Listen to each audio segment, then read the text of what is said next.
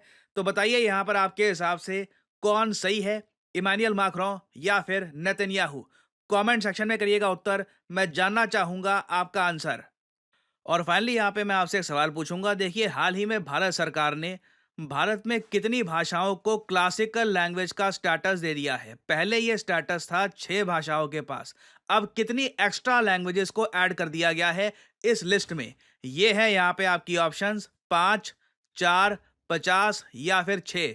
Comment section में करिए उत्तर। जो लोग देंगे सही आंसर, उनकी कमेंट को मैं हार्ट दे दूंगा ताकि बाकी लोग समझ पाएं कि सही उत्तर क्या है। और फाइनली आप लोगों के लिए एक बहुत ही इंपॉर्टेंट मैसेज, इस वीडियो की कमेंट सेक्शन में जाइए, यहाँ पे आप देख सकते हैं ये link, UPSC UPPSC combo package.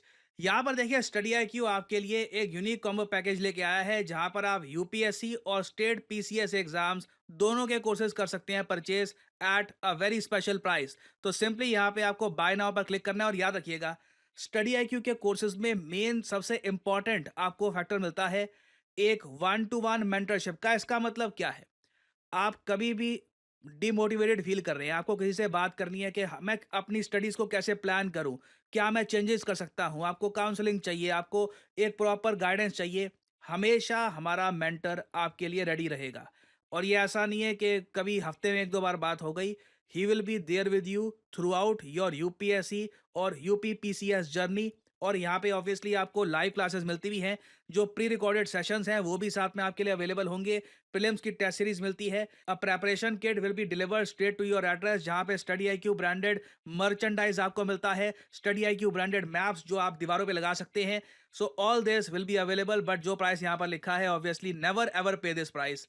Simply यहाँ पर कोड यूज करिए PD10 and the prices will start following एक बहुत ज़्यादा स्पेशल डिस्काउंट पे आप ये कॉम्बो कोर्स कर सकते हैं purchase. So use the code PD10 and save money. So इसी नोट के साथ ये है वीडियो का अंत। Thank you for listening and I always say may the God's watch over you.